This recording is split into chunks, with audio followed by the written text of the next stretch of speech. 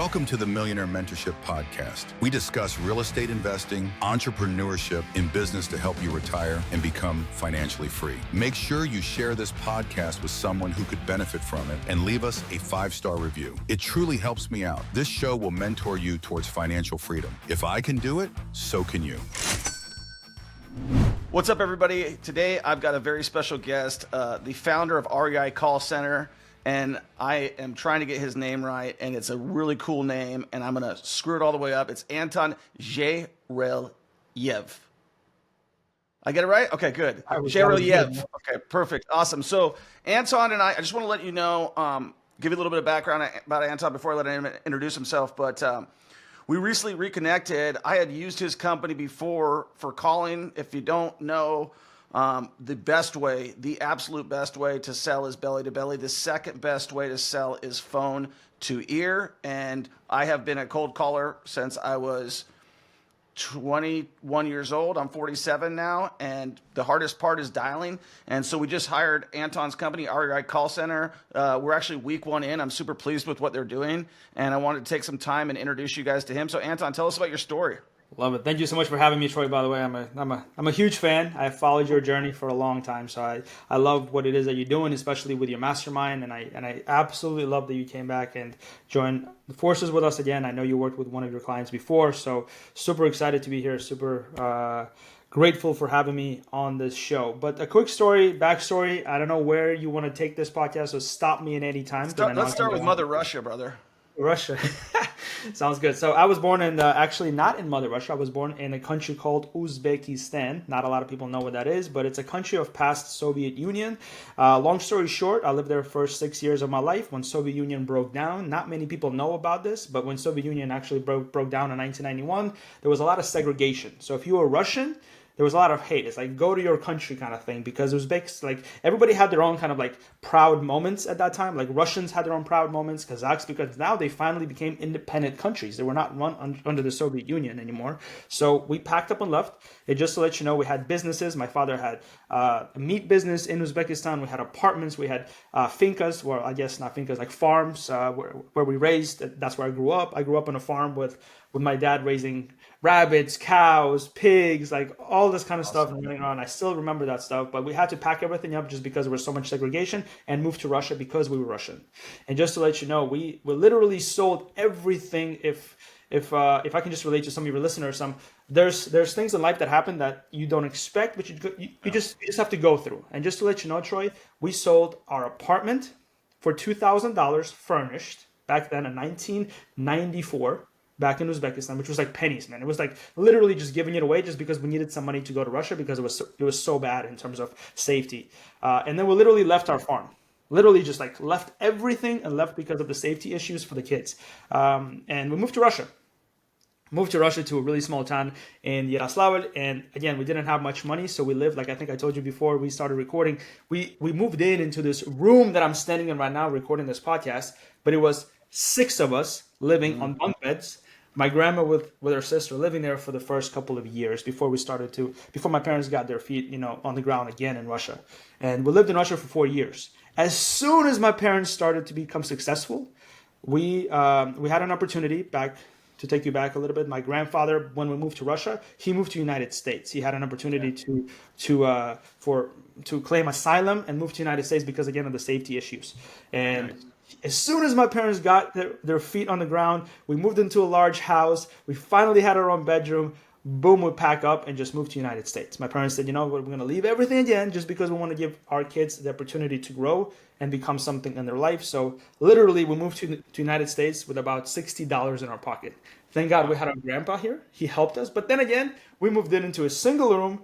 My dad, myself, my sister, my mom, and my brother, and my grandpa living in another room. So again, like starting those things about how we're starting over again. So I moved to the United States when I was 11 years old in 1998. So 11 years old, 1998. That's awesome. So let me ask you one thing real quick. So I guess you didn't have to worry about like heaters because you guys had a lot of body heat going on there. Like, how are you thinking, like, in terms of like your mentality at that point in time? Are you thinking like, hey, this is normal? and my parents are cool and I love being with my family? Or are you thinking like, dude, how am I going to get out of this crap? You know what I mean? No, man. I mean, I was 11 years old, and for anybody who's listening who's not from United States can relate how everybody outside of United States thinks, especially at that time, especially 1998, 2000 time before the dot-com bubble bursted. Everybody thought that the money grows on trees. United States is a land of opportunity. Everybody's rich. Everybody's flying jets, driving Ferraris, just like you see in the movies. So I am just stoked, 11-year-old kid. I'm like, this is going to be super cool, super great. I didn't care about living in a one-bedroom apartment because, again, we did that before. So I'm like, okay, been there, done that. We actually, I think I told you, we had to go outside to go to the bathroom in Russia in like 0-degree cold or like -degree cold. So I'm like, all right, man. And by the way, we moved to Arizona. I didn't mention that. So from Russia to Arizona. Wow. So that was just insane. I'm like, no more cold, no more snow, no more all this. And I see cactuses, and I'm like, wow. So thank God, man. I think it was a huge blessing. But long story short, my father could not find a job for a really, really long time because he didn't know the language. So he started to work on construction sites. He was an engineer in Russia. He came to the United States and started working on construction sites. I mean, you got to do what you got to do to feed your family. And he started taking me on the weekends with him. He would go and do like extra hours, and he would bring me in. And these were not like large construction sites. These were more like house remodeling type of sites. Like somebody had their house remodeled, and then they would hire people, and we would do things like lay tile, fix kitchens, and I would start learning all this stuff. Like before, now I'm in real estate. Back then, I'm like, I don't know what I'm doing. This is cool. And he was paying me like $2 an hour, and I remember back then I'm like, wow, this is so cool. I'm making $2 an hour. I made my first check. I was like, I'm the richest kid in the world. But it really insane how this whole time I'm going through it, and even though it was a great experience, I hated laying tile. I remember that was one of the things that my dad was doing, laying tile. Like that was one of his things, and he would make me lay tile, and I'm like, Mom, I never want to lay tile in my life. I'm never gonna do this stuff in my life, and I want to go ahead and get an education. And our parents told us, look, we got you to this country. From here on, you guys are on your own. You got to get your education. So I vowed I'm gonna become a successful individual in my family. I was gonna go get an education, get a great job, and that's exactly what I did. Long story short, I went to University of Arizona studied finance. As soon as I graduated Arizona, I'm like, I'm done. I'm with Arizona because it was the heat, and then actually that was not the case. Yeah. Let me take a step back. As soon as I graduated with my finance degree, I came to Miami for a 5-day vacation. I'm like, oh, let's just go to Miami. Everybody talks about Miami. Let's go with my ex-wife. And literally 5 days we were here. Now I live in Miami. But 5 days in May 2010 we were here. And we loved the energy. We loved so much about the city, the weather, the ocean, all the great stuff. Yeah, it's a great city. Kind of funny, actually, as you're telling me your story, I'm like reminiscing, like, because my dad, when I graduated high school, like I said, we were talking about being broke before. My parents got divorced. I didn't have much going on. He's like, well, what do you want for your graduation present? And I said, I want to go to Miami. And he took me to Miami for my high school graduation present. And at that point in time, it was kind of crazy because I probably almost moved there as well. Like I was looking up real estate, I remember, and I ended up moving to Las Vegas, which is where you came from. I don't blame you for leaving Phoenix because it's ugly. Like, I mean, if you guys live in Las Vegas or Arizona, it's ugly out there. I got to be honest with you. I know people say the desert's pretty, but I'm from Washington State. I lived in Vegas for 15 years. I really could never say, wow, this is beautiful. It was brown and dead, and things don't grow, And so I'm living out in Missouri, but I love Miami. So keep going, man. This is a great story. For sure, man. So we came here in Miami 5 days, loved the city, and we're like, okay, let's go ahead and move here. And long story short, Troy, we moved in September of the same year. We're like, you know what? We're not going to waste more time. We're just going to literally pack up our bags, sell everything we have, move to Miami. I have a finance degree. I'm good. I can get a job. I'm set. Miami, for people that it's a great market for real estate, but it's also a finance. Back then, especially, it was a finance capital for Latin America. Like New York was very much European and U.S. finance capital. Miami was like everything having to do with Latin America. So there still was a lot of financial businesses that were starting here. Is that Brickell? That's in Brickell, yeah. That's in Brickell. That's in Brickell, yeah. And I was like, I'm going to find a job. Not an issue. I got my education. I got a really good GPA because, again, I studied hard. And I come here, and I start applying for jobs. And the first question that everybody asks, first of all, I have no experience. Yeah. Recently graduated, 2010. So financial market was still kind of like in the weird phases of itself. Big time. Especially in Miami. Exactly. And the first question that everybody asks me is, do you speak Spanish? And I'm like, un poquito. That's all I knew how to say. And they were like, nah, obviously you don't speak Spanish. So I couldn't find a job, Troy. I looked everywhere for about a month and a half, just applying to all the banks, literally putting on my suit and tie, going to Brickell, just like you said, knocking on every bank. And they were like, no, you don't speak Spanish. You don't have no experience.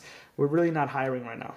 Totally. Those are the two prerequisites that you have to have, like experience and Spanish. And I didn't have either. So I'm like, all right, cool, whatever. But this is all about how things happen in life that you, like, at the time they happened and you were like, what the heck, why is this happening to me? But thank God it didn't happen, because I would not be standing here in front of you today. I would not be a real estate investor. I would probably be working somewhere in the bank, crunching numbers, which is okay, which is what I wanted to do, I thought at one point, but I got an opportunity. Long story short, I just started applying anywhere and everywhere, and I got hired for as a translator, because I speak Russian, as a translator for this oil and gas equipment company that it doesn't matter what it is, but literally they hired me as a translator. No, they brought me in for an interview as a translator. I started talking to them and they were like, you look like you'd be good in sales. And I'm like, sure. I mean, I can talk well, right? And they were like, well, we need Russian market to be developed. There's a lot of oil and gas business in Russia. Are you interested in becoming a business development manager for that side of the world, Russia, CIS, which is back Soviet Union? And I'm like, sure. So literally, I start working for this company. They send me to China for training. 2 weeks in, they're like, do you have a passport? I'm like, sure, yes, I have a passport.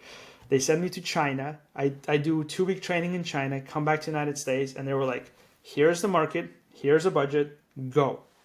And it was, honestly, Troy, the most amazing experience that I can describe, because I literally flew around the world, everywhere that you can think of, Middle East, Europe, Asia, Russia, because everywhere they had business connections. And you're young.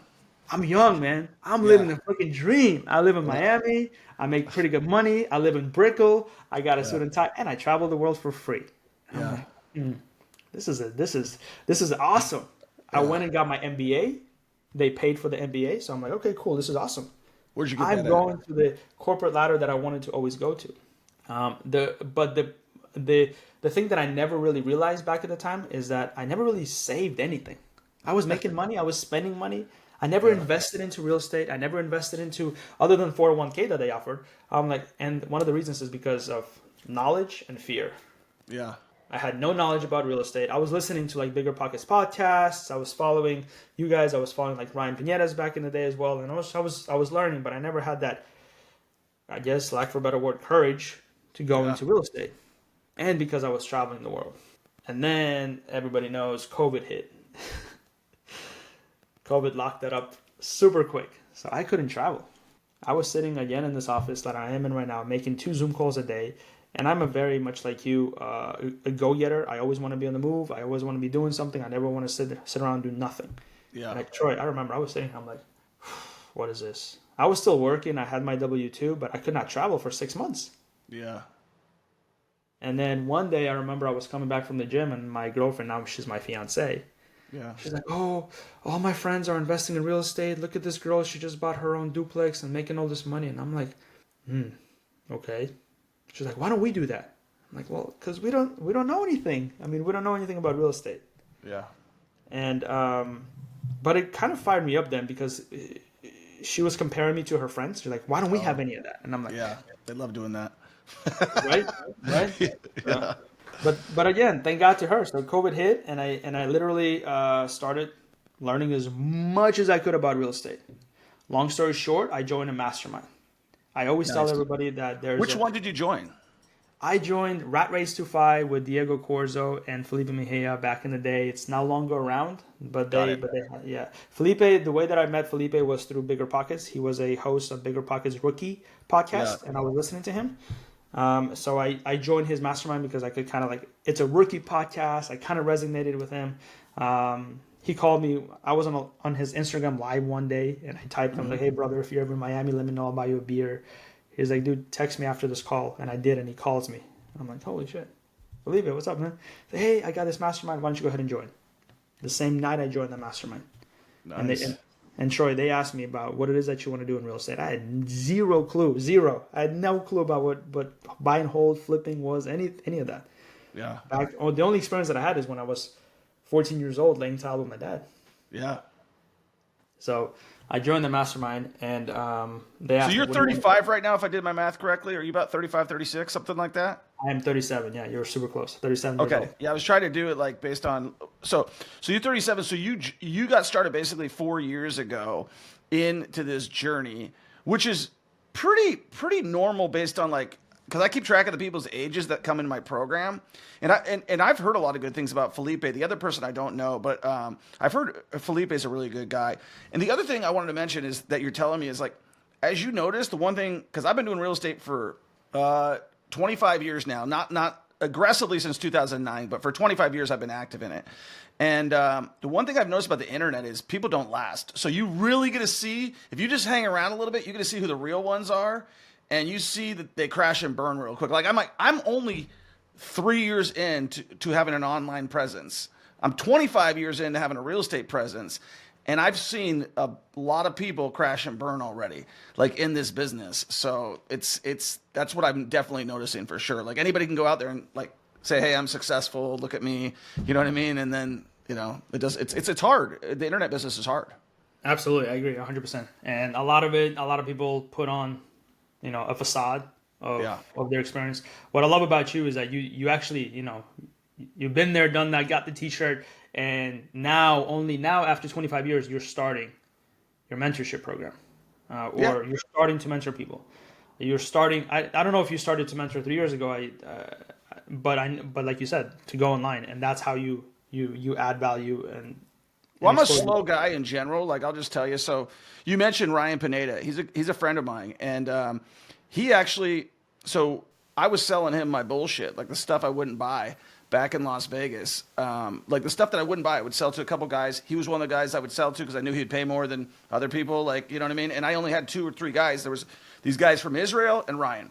And so, and then another couple guys that I became buddies with. And I just was highly focused. I was an agent. I was also selling, but I owned a ton of properties as well. But my side hustle was commission real estate sales.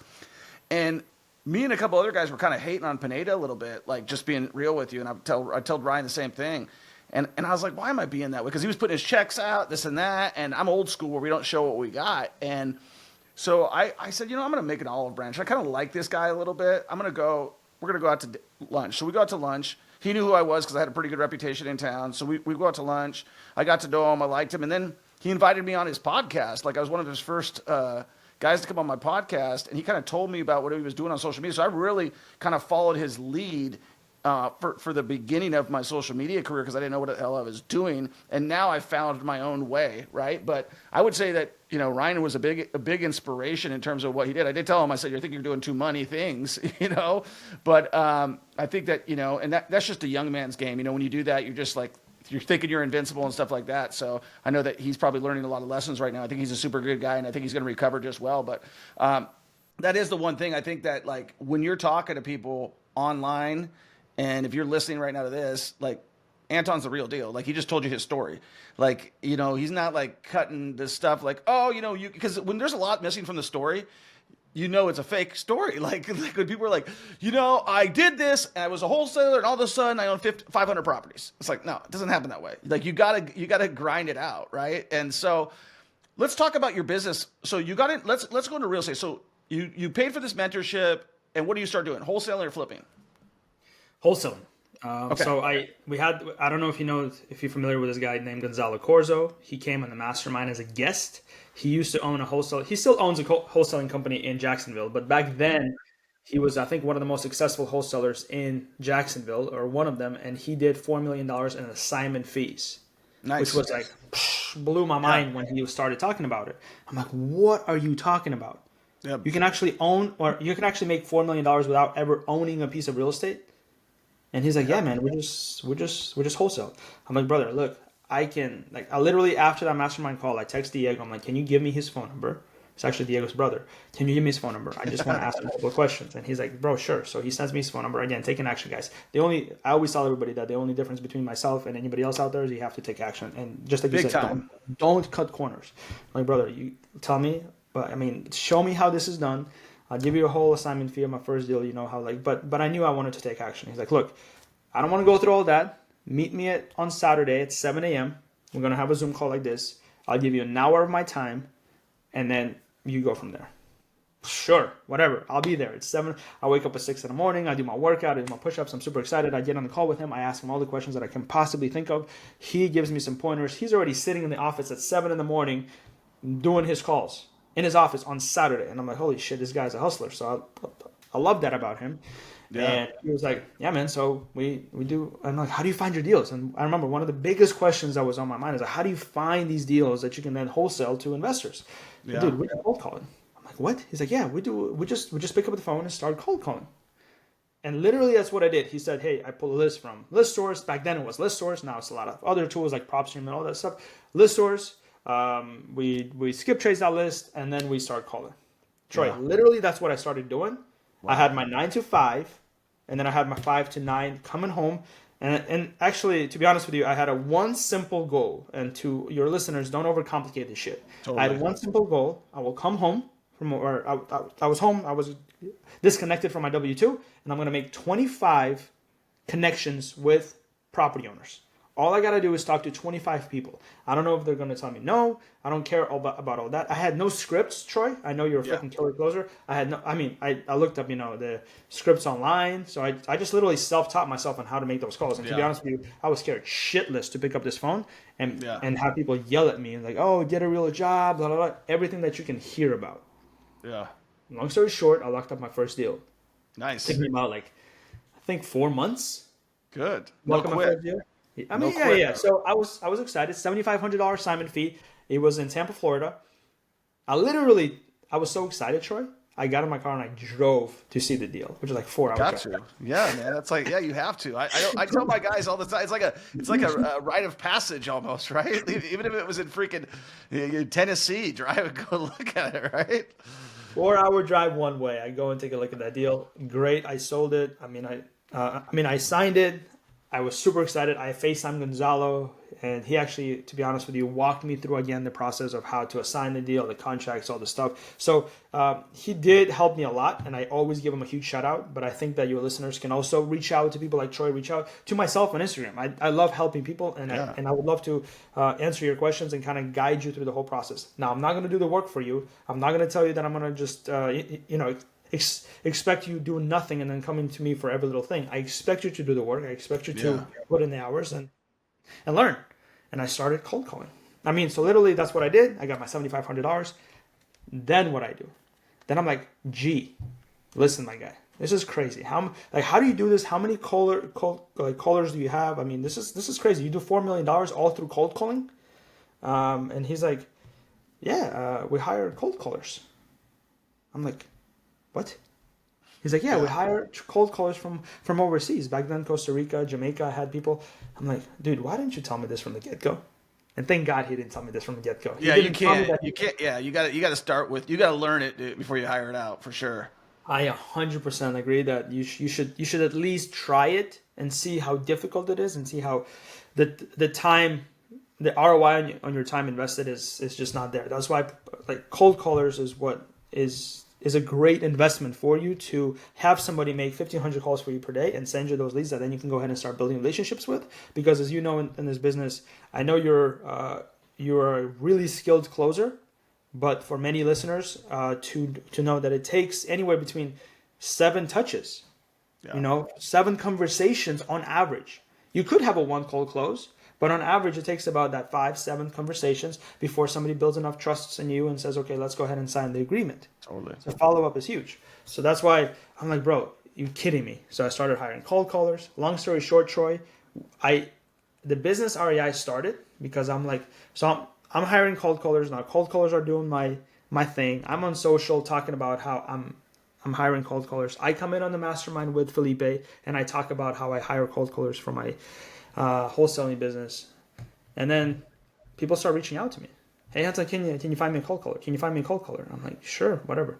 In the beginning, I wasn't even charging people because I believe in karma. I want to give back. So I was like, sure, whatever. But then it got to a point where it's like too many people started reaching out to me from the mastermind and from Instagram. I said, look, how about you pay me $1,500? I'll find you the cold caller. You can keep with them. Just like that's how the business kind of started. Nice. And then Felipe, the business mind that he is, he's a great friend still of mine. And he's like, why don't we go ahead and make this into a business? And that's how REI Call Center was born. He's like, instead of finding a cold caller and giving it to somebody and just like going on to the next client. One and done. One and done. Why don't we go ahead and hire, manage, train professional cold callers for other investors so that they can work for those investors. And then if those investors decide to go ahead and leave, we can always keep those cold callers and assign them to other clients. So literally we build an army of cold callers. Right now we have a little bit over 300 employees at REI Call Center working for investors nationwide, calling for deals. And then of course we also have follow-up specialists and acquisition closers to help them do that. And now we're even going into the disposition route by partnering up with Investor Lift to help our clients to disposition those deals. So that's in a nutshell, how the business got started 3.5 years ago. And since then, we've been running strong. My goal is to become the #1 cold calling company in the nation. I believe we already are. I think you will, because you know what? It's so funny that you're mentioning that. And I was just thinking about all this while we're talking. And, you know, I'm not going to say anybody's name, but I've seen a lot of businesses like that start as well. And people like come to me and they say, hey man, I'll give you X if you talk about it. And I'm like, no, I'm not interested in that. And the reason that I'm working with you is because one of my students was taking Felipe's course, Eddie Ramos, and he started using you guys, REI Call Center, and he was like, hey, I'm partnered with 2 people. They were splitting up the cost and they dropped out. And he's like, I think it's good. I want to stay in. And I was like, you know, I'll support you and I'll do it. But I didn't have any time at that point in time to even deal with leads. And so, but I was really impressed with how your business was operating and how the quality of the calls, the fact that everything was recorded, that there was a process and a system in place. And I was like, this is a good business. I didn't even know who you were. And I was just like, your story's like very new and very fresh, but like if I was on the outside looking in, I would think this company's been around for 10 years. They're established. They've got great train. Like these are all the things I thought. I wasn't like, you know, when you spend money with people and you don't make money, because I didn't make any money because it was because of me, not because of you guys. I just didn't have time. We made enough money out of it with those calls because that's why I knew that I went back to you, because even when we weren't even trying, we had enough leads to close and more than probably 10x our return on our investment in there. And I was like, I wasn't even trying with that. Like, I think if I actually try and I have more time. And so we recycled, went full circle, and I had run call centers in my own. Like when I was talking about Pineda, I had 4 guys with me. And I think I told you that when we were about ready to sign up with you, I was about ready to go that same route again, because I'm like, I'll just run it myself. And I'd hired another guy from Egypt before. And I was like, you know what? Right before I did that, I go, I'm going to call that REI Call Center again. And then we hopped on the phone, and I was really impressed with your guys on the phone. And I was like, let me talk to the guy who runs the company. Like, I want to make sure. And I didn't, you know, we didn't have a relationship or anything like that then. And I was like, then when you hopped on, I was like, okay, this guy cares about his business. Like, number one, because you know, I guess we knew of each other, right? And so I was like, yeah. And then I was like, and I was planning on spending, just to let everybody know, I was planning on spending $1,500. And then I was like, I told them what I wanted. They came back with a great proposal. And I don't believe if somebody gives you a good deal, you say yes to it. You don't freaking go and try to grind them down.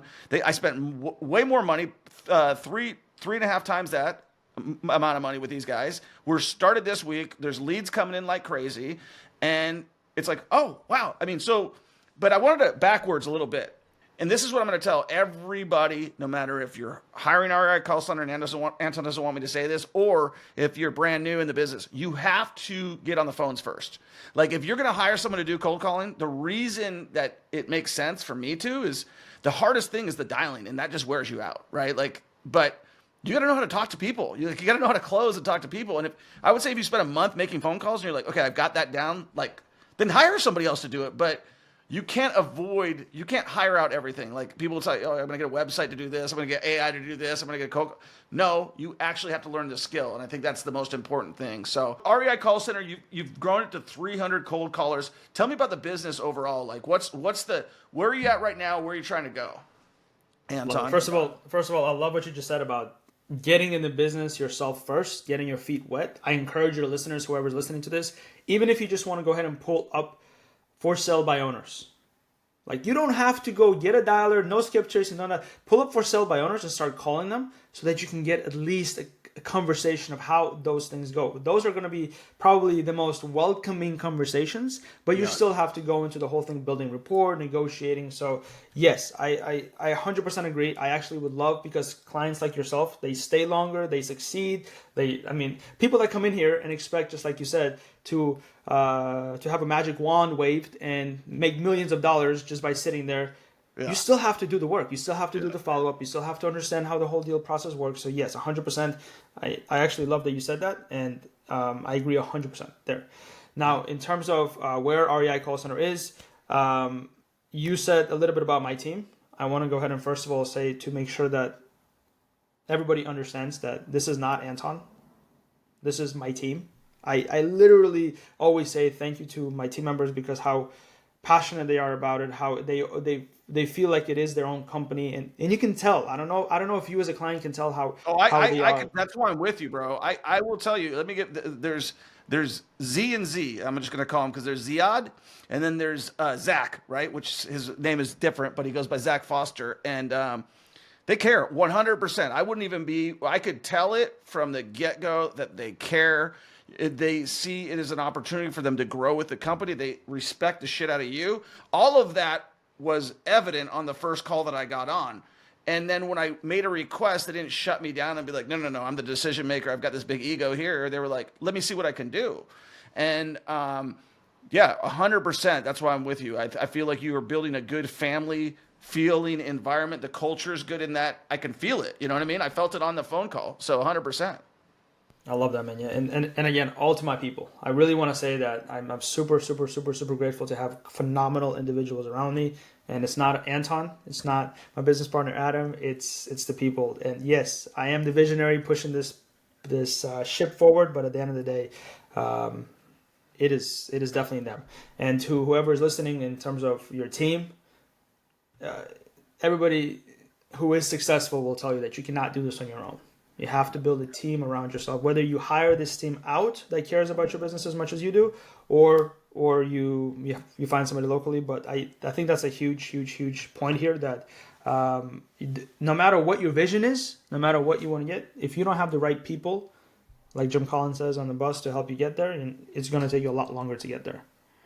One of the cool things that I've read recently, just kind of take a side note here, is when Steve Jobs came back into Apple, when it was on the brink of bankruptcy. Yes. They asked him, and this is from a book, Beyond Entrepreneurship, by the way, highly recommended. They asked him, what was your first priority when you came back to Apple? And everybody expects the answer where like, well, I focused on technology, innovation, coming up with new ideas, new things, right? That's what you would expect from somebody like Steve Jobs. But his answer was, I focused on the people. I wanted to get the best people around me and get off and take people that are not that great off the bus as quickly as possible. Not Steve Jobs telling you this. A players, 100%. So super. Have you read his biography by Walter Isaacson? I've listened to it. Yeah, I've listened to it. That's amazing. I'm doing Elon Musk right now. I was listening to it this morning. That guy is the best writer in the world, and I actually, when you're talking about driving to things, I got so obsessed with that Steve Jobs book that I drove to Steve Jobs' childhood home. Then I went and drove to where he moved to when he lived with his wife, and then I drove to the Apple campus. I took my family on that whole journey just to kind of he had passed away by that point in time. But Yeah, you got to have mentors, even if you don't know them. Like, even if you don't know who they are, like, there's got to be people that you look up to, and people who are like looking up to you, looking up to me. You know what I mean? I might be their mentor, but I got my own mentors. I got like, I used to have. This is funny. Before Donald Trump was even running for election, whether you like him or not, I don't really care. But before he was running, I had like 4 guys on my wall in my office that I had. One of the guys who did my graphics and stuff, I had him make like I put out a quote. And I had him put it up there, and I put a picture of them. I put Carl Icahn, Dan Gilbert, the owner of Quicken Loans, Donald Trump, and Sheldon Adelson. Those were the 4 people that I had. But the quote I remember that I had for Donald Trump, and this is a great one, I picked it out. It says, "It's always good to be underestimated." And then he won the election. And I had that in like 2013 on my wall. And it was just really cool to see that happen. So I think that the big thing is, you got to have vision, right? You got to be able to see like what the next step is. So what is the next step for REI Call Center? You guys are doing great right now. What's the next step for you? Yeah, the next step is to become, the vision is the 25-year BHAG, as they call it, is to become the most data-driven acquisitions and dispositions real estate company.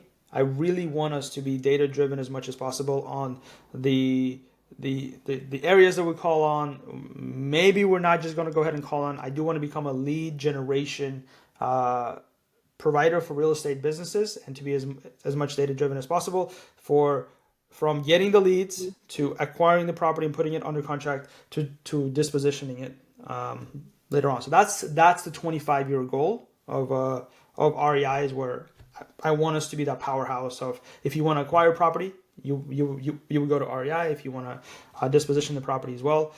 In terms of the next 5 to 10 years, I definitely still want to hone in on my craft. Troy, I'm not going to get away from cold calling. I think cold calling is still one of the most, if not the most efficient way to generate off-market leads. I want us to become, I know you might disagree with me on this, but I do believe the riches are in the niches. I want us to just focus on that as much as possible. I agree with you 100%. Yeah, people who lose money spread themselves out too much. Yep. I want us to focus on the one thing: lead generation through cold calling, acquisitions, and then helping, of course, disposition in the property. But that's through Investor Lift. We don't take credit for that. We just partner up with them in terms of investment.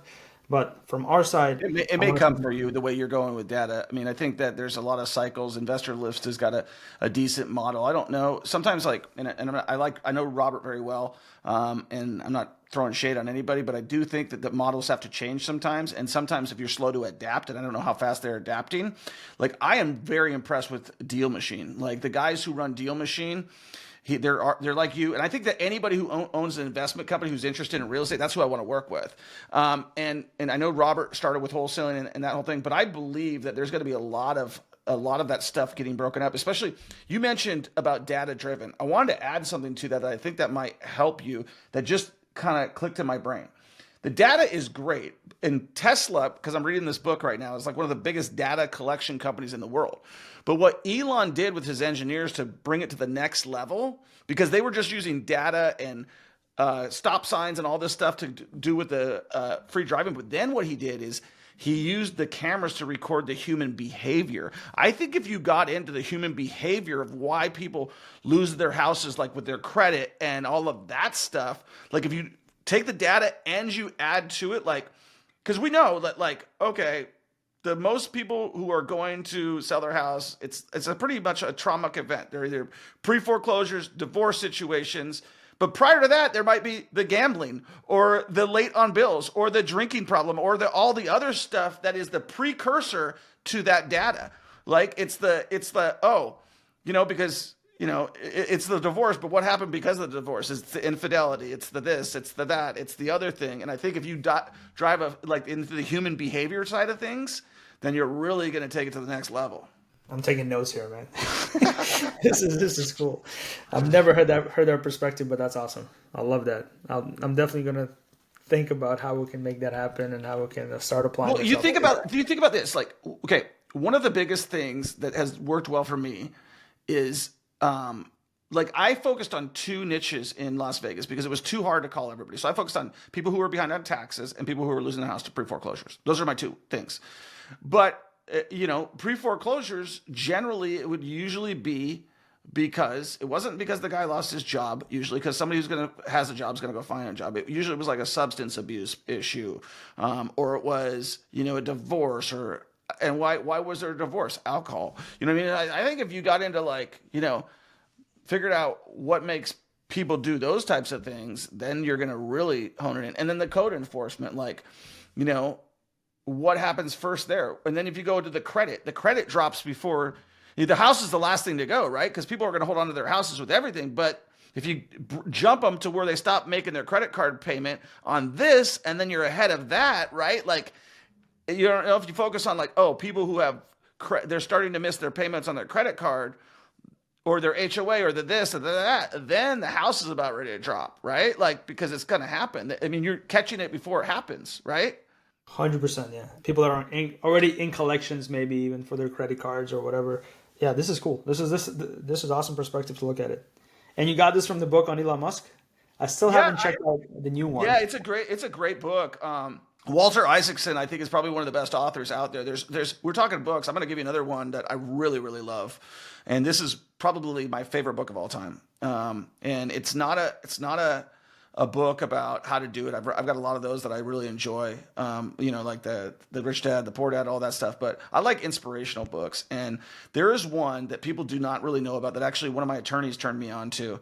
And it's called The Gambler by William C. Rempel. And it's about the guy, and you'll like this. So he was an Armenian immigrant that came to California, much like yourself, Anton. He came with his parents. He was the first generation in California in the 20s, and then he was during World War I. He was one of the guys, or World War II. He was one of the guys who, when they were trying to help World War II, he would ferry the planes over where 1 in 4 guys was dying going to Scotland because the planes weren't even making it. He was one of the guys that did that. And then he started a flight school, kind of like, it's an entrepreneur. And then from the flight school, he became a gambler because he liked to gamble. And then he realized, I better own the casino if I'm going to become a gambler. And so, he just rolled one thing into the other, into the other, into the other. And the book is called The Gambler. And and he died at 98 years old, but the last project that he did, he owned MGM. If you know who MGM is, he's the one who started MGM.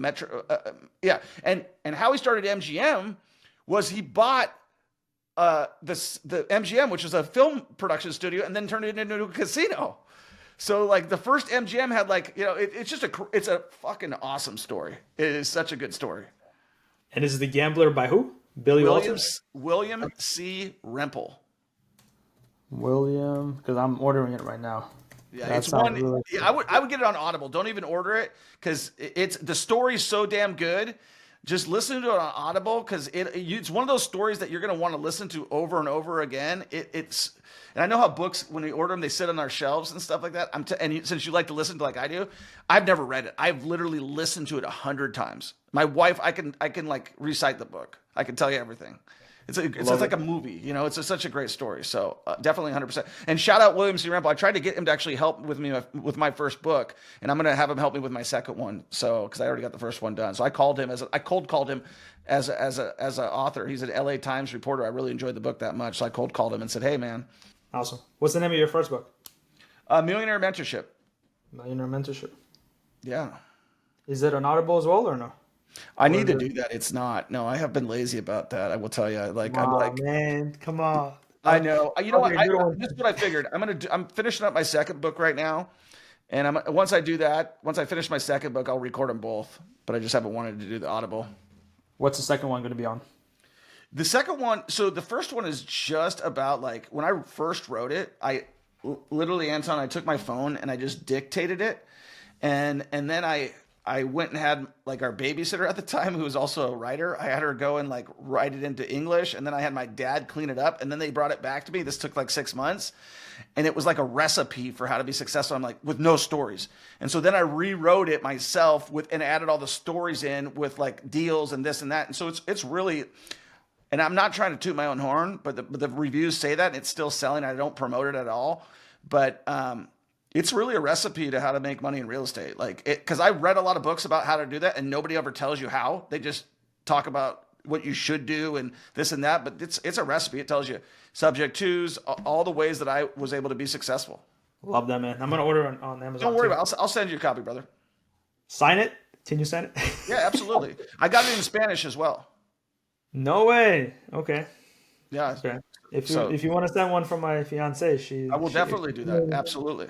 I love that, man. Thank you so much. That's Just so text cool. me your address after the podcast, and I'll have my dad send it over to you. He would love to. Would love that, man. Yeah. Thank you so much for that. And you should talk more about it. I didn't know you had a book. Yeah, I need to be better at promoting it, to be honest with you. But it's like one of those things. I just did it because I wanted to have a giveaway, and I need to promote it more. Yes, I need to promote the podcast more, and I need to do. There's only so much time in the day, and so I always like once I'm done with something, I kind of move on to the next thing. And so, but yeah, no, it was just something I wanted to get done, and it was I worked with my dad on it, and that was fun. I really had a good time doing that. I know this is just to kind of go to you. Would you recommend writing a book? Is that something that Yeah, I would. I really would because, and I could tell you a lot about what I learned from that experience, but I just wanted to do a giveaway. Like we were like, you need something. When I first started social media, people were like, you need something to give away.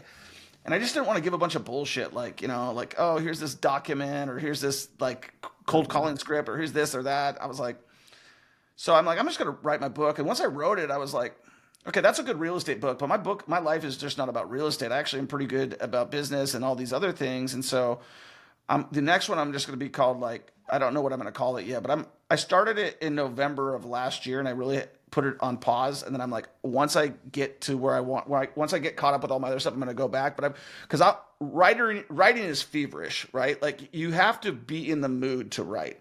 And so I have it, I just wrote it on Google Docs, but that whole process of learning how to do that and put your thoughts down on paper and then make it readable is a fun process. And then getting it published on Amazon is super easy. And I can help you out with, you decide to do that. I have all those people still that did it. I hired that off of Upwork. I found someone, and then I translated it into Spanish and I got that all done.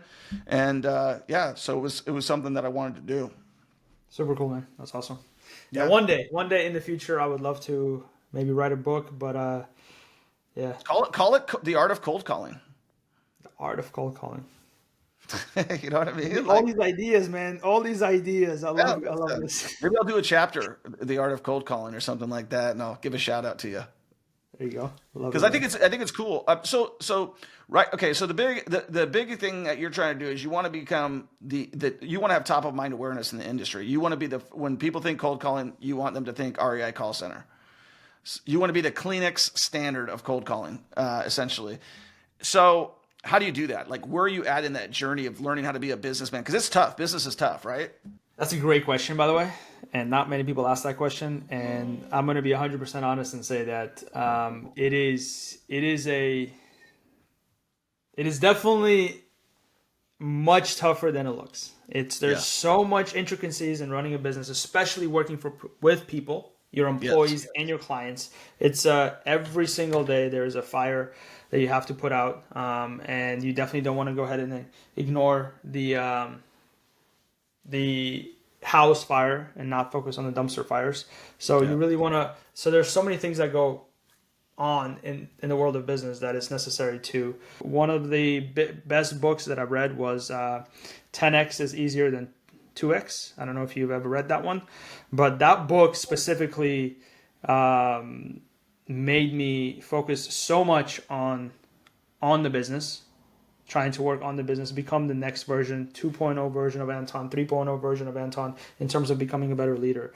Running a business is not all fancy and all the Ferraris and cars that hopefully one day REI will be at a place where I would be able to afford the jet that I want to afford. So I know that this is one amen to that, brother. Amen to that. Yes. This is one of it. I think you mentioned it also in one of your YouTube videos or something, but 100%. This is my dream right here. This is I look at it every single day. It motivates the shit out of me, the Global Express 650R. And hopefully one day REI is going to get me there, but there's a lot of sleepless nights. There's a lot of freaking nerves that you have to go through. And again, working with people is one of the most toughest, I think sometimes jobs, again, employees and clients related.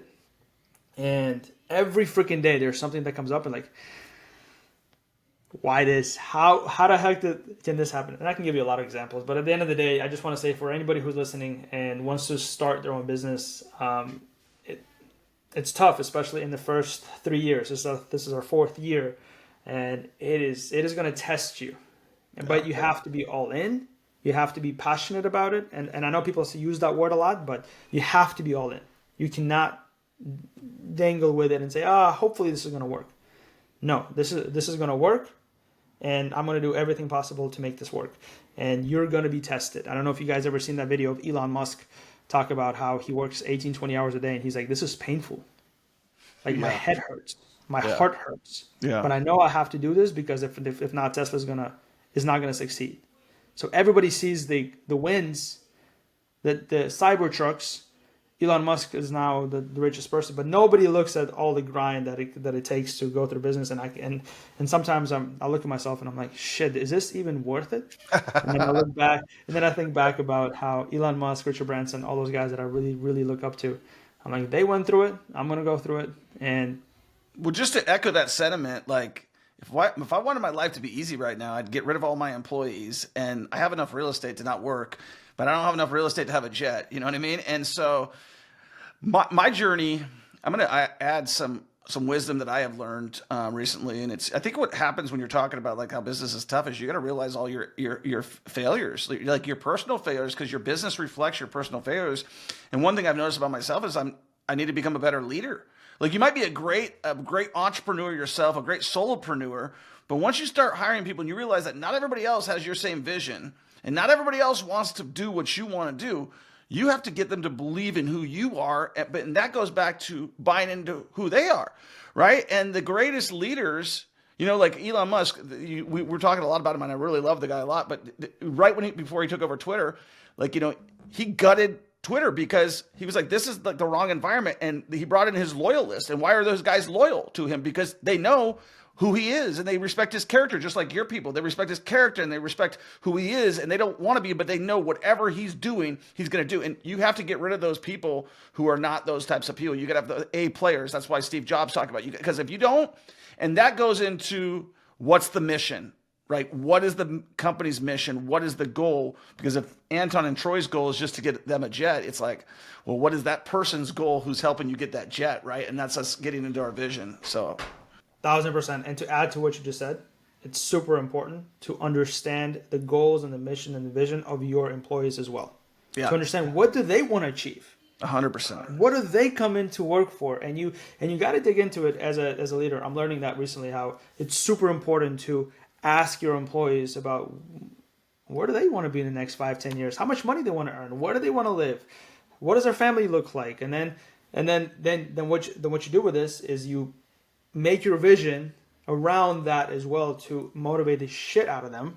Yes. To help you achieve your vision. You shouldn't. I think that's one of the best pieces of advice that you've said on this thing, and I was trying to say it that way myself. So I agree 100%. Like that's absolutely, because otherwise nobody's going to be looking out for you because you're not looking out for them. Yeah, and it's goes back to another great book, is How to Win Friends and Influence People. If you're always talking about what you want, how you want it, and this and that, and you don't care about anybody else, then nobody's going to care about you. And if you care about your employees and you have that vision, I think you're going to do extremely well. And I think no matter what things are coming your way, you're going to, like the partnerships, the breakups, the this, because you said you've had a couple other things, you're going to be fine because your vision is clear. And so I know that no matter what comes your way, however it ends up becoming, that you're going to be super successful and you're going to have that jet. Anton, just to kind of wrap a couple more questions. If somebody's looking, and I do have a few questions. Number one, are you still actively investing, wholesaling, flipping in real estate? Absolutely. Yes. My goal this year was to buy simple again, try to keep things simple because I want to focus as much as I can on REI. My goal was to buy a rental a quarter. Nice. And that's exactly what I did this year, is I bought a rental and quarter. Where'd you buy them? Are they in the Florida area? They're all in Miami, Florida area. Yep. Well, West Palm Beach, Fort Lauderdale, Miami, Florida. Yes. So you're buying the nice shit. No. Well, I mean, it's still expensive. It's still expensive. It's expensive, but because we're going off market, like we're buying the shit that then we're going to go in and have. It's funny, really, really, really quick. My fiance handles all that. She actually thought about buying the properties that need a lot of work. Right now, we're doing one in Kendall. I don't know if you're familiar with Miami, but Kendall is like South Miami. Yeah. And the numbers on that one is, I love to talk about that one. That one we're actually going to flip just because the numbers are so good. We bought it for $250,000. We're going to end up probably with $100,000 worth of investment into it, with everything, the roof, the windows, everything. So it's going to be about 100K into it. And we're probably going to sell it for 550, 600.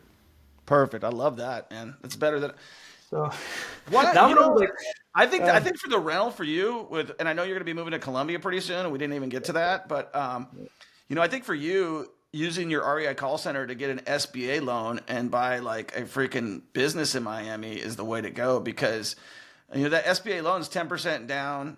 I mean, you got and you don't need to have a lot of money in the business. You'd be surprised what you'd be able to buy. But the funny thing is, you're going to like about this, like, life is full of opportunities, missed and gained. But when I had an office in Miami Lakes, I may have mentioned that to you when we were on the call. And so when I was selling all the REO in 2010, I had an office in Miami Lakes in the Bank of America building over there, and it was a Regis building, and I could have bought houses in Miami for 20 grand. You know what I mean? Like I'm just telling you, like, and I was like, I was buying them in Vegas at that time for 20 grand. And I remember going into the hood of the hood in Miami, like the roughest neighborhood. And I had cash stored in Miami and I had cash in Vegas. And I had like $30,000 in my pocket because all my rent I was putting in cash. And I was in like the hood, and like Wells Fargo deposited that shit because I was like, I cannot bring this all around me. But I'm literally like, if anybody knows what kind of money I have on me right now, I'm definitely gonna get mugged.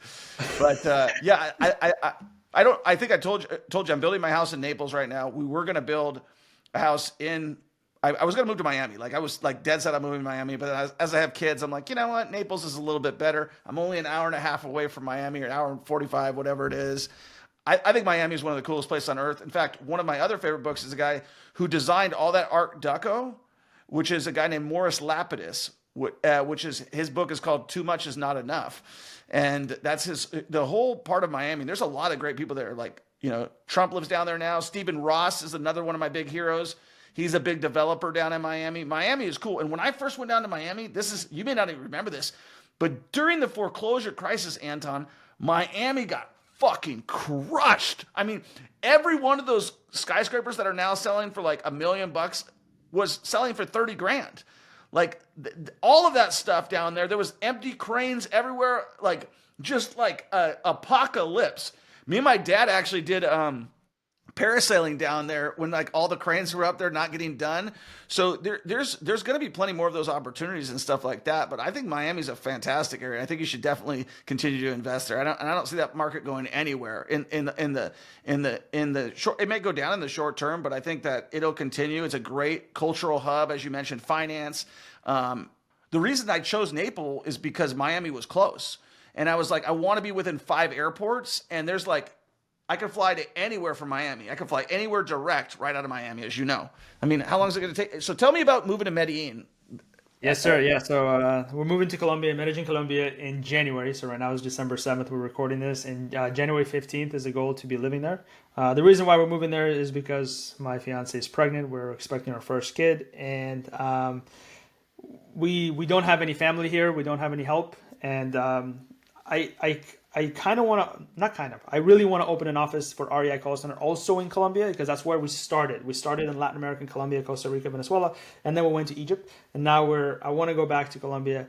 Plus the baby coming in, her parents will be able to help. Like we said, living in Medellin is insane. We're going to rent a penthouse for like $1,000, get a nanny who's going to live with us for like $500. So in terms of like the lifestyle and the cost of living there, insane. And plus Colombia, Medellin, I shouldn't say this because Christina, my fiance, is like, you talk too much about this, because I tell everybody, guys, whoever's listening, Medellin is a freaking paradise on earth, man.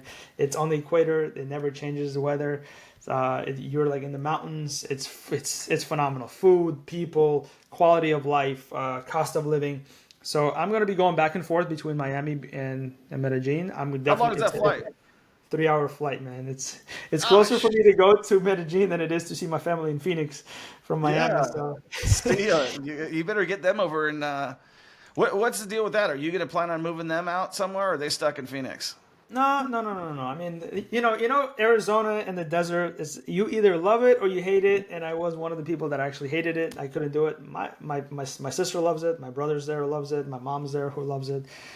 I don't don't know if they love it. I think people just get comfortable, man. I don't like. I lived there, and I told everybody I loved it too, and I never did. I never really did. I was like, I like animals. I like wildlife, and I think you just get comfortable, and you're the patriarch now, man. I think that a lot could change with your business. They may be comfortable, but it sounds like you're a big family man, and as that family grows, who knows? You might get everybody out to Medellin or Miami, Florida, right?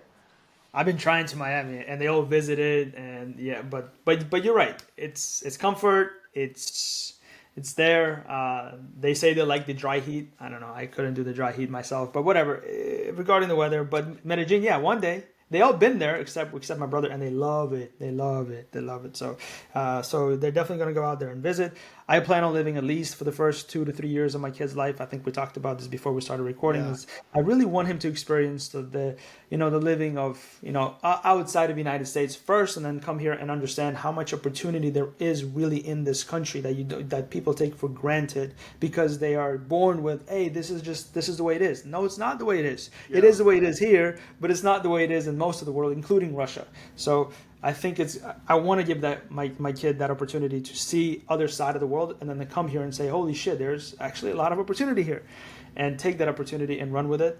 But yeah, so the first 5 years we're going to live there. I'm looking to open an office over there. I'm looking to grow and just enjoy life, man. I want to come down and see you, bro. I definitely, it's on the to-do list for sure. I would love. You're not gonna have to beg me. I promise you that. Like, you're not gonna have to.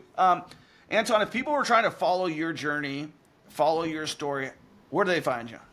The best place is Anton Zherelyev on Instagram, guys. I respond to all my DMs. Please give me a follow. Reach out if you ever have any questions. I would love to give back and help as well. And then Anton@reicallcenter.com is my email if they want to email me any information about REI. For your listeners, if they do want to come in and get a taste of what REI is, we can have our data team jump on a call with them free of charge, talk about their market, provide them with the best performing zip codes in their market free of charge. I don't want to charge them anything, just to give them a taste, and then help them pull a list of the records. Just like you said, why don't they go ahead and try it on your own? If you've never called, send me a DM, REI. I'll jump on a call with you myself with our data team. Nice. Because you are a choice listener, and we will help you pull a list, help you analyze your market, and skip trace that list for you, and then you can do whatever you want with it. You can either go ahead and cold call it yourself, which I highly recommend, or you can go ahead and give it to one of our professional cold callers, and we can talk about that later on. But this is just, I'm trying to see if I can add as much value to your listeners too. Appreciate that. DM me, Anton Zherelyev on Instagram, and would love to connect either here in Miami or in Colombia. We're definitely going to do an event. I am looking forward to visiting you in Kansas City. Yeah. In April, you said you have an event? It's April 2nd and 3rd. I'll have my team get the details. I have you on the list. I gave them that the other day.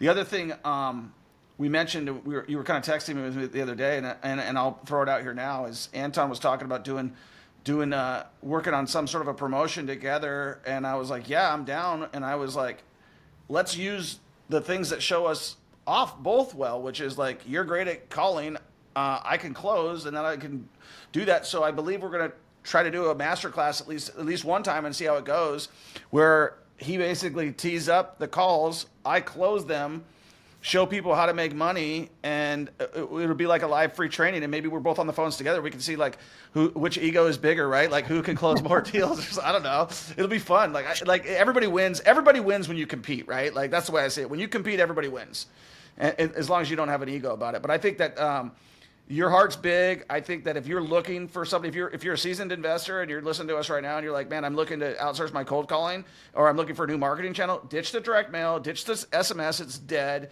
Go work with him. They are super valuable. One thing you did not mention is like when you work with a lot of businesses, they're going to be like, no, it's this way, it's that way. You got to do it this way. Like I was like, I want this, I want that, I want the other thing. And they're like, done. It was a la carte cold calling. And so that was something that I really appreciated. And I think that needs to be said. That like, if you're coming in and you're like, hey, I have this script I want to work with. I want live transfers. Those are a couple of things that I said. They're like, yeah, done. And we're just on that process, and I can tell it's just like the more we work it, the better it's going to be. So I appreciate you spending your Saturday morning with me. It says a lot about who you are, and I appreciate you hopping on a phone call with me and being so amicable and so gracious with your time. Guys, make sure that whatever you do, you get started, okay? Whether it's you starting right now, today, and doing something, reading a book, take a piece of action, because next thing you know, you're going to be 47 years old with nothing, or you could be 47 years old with something, right? Like, or wherever you're at, I don't care if you feel like life passed you by, get started today, because tomorrow is not guaranteed. And I appreciate you guys subscribing to this channel. I appreciate you giving us a 5-star review. Check out Anton. He's got a lot of great things to say. I appreciate you being a guest on, and we'll talk to you in the next one, guys. Peace. I've got an amazing podcast. We've had over 150 entrepreneurs, investors, businessmen, businesswomen, politicians, and we have interesting conversation. Think of it like Joe Rogan meets real estate meets going down the rabbit hole as Troy Kearns. My podcast is something that I really enjoy. The guests that we bring on are super informative, and they will add a tremendous amount of value to you. Comment the word podcast, and I'll send you a link to it so you can check it out and let me know what you think.